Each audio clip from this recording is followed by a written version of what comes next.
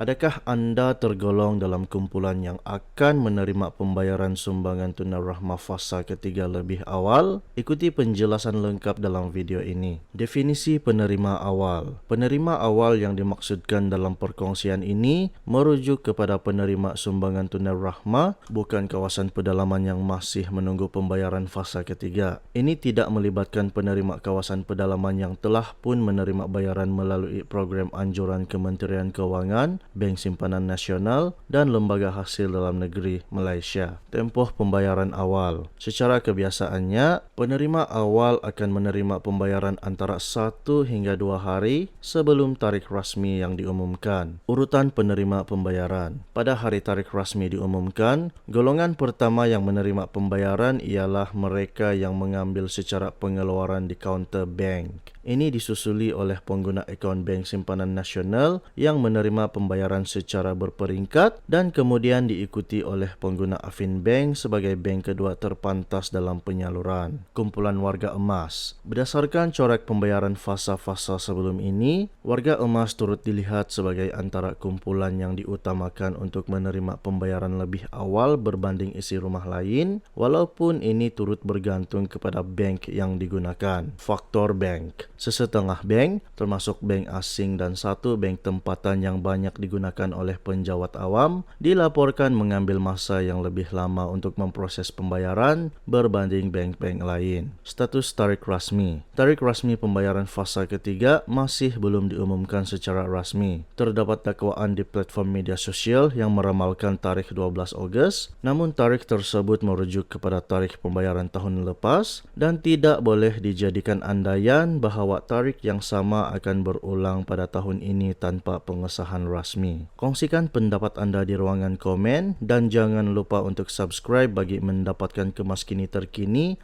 berkenaan bantuan dan sumbangan kerajaan. Itu sahaja laporan kami pada hari ini. Sekian, terima kasih. Teruskan bersama kami untuk berita terkini dan bantuan lanjut.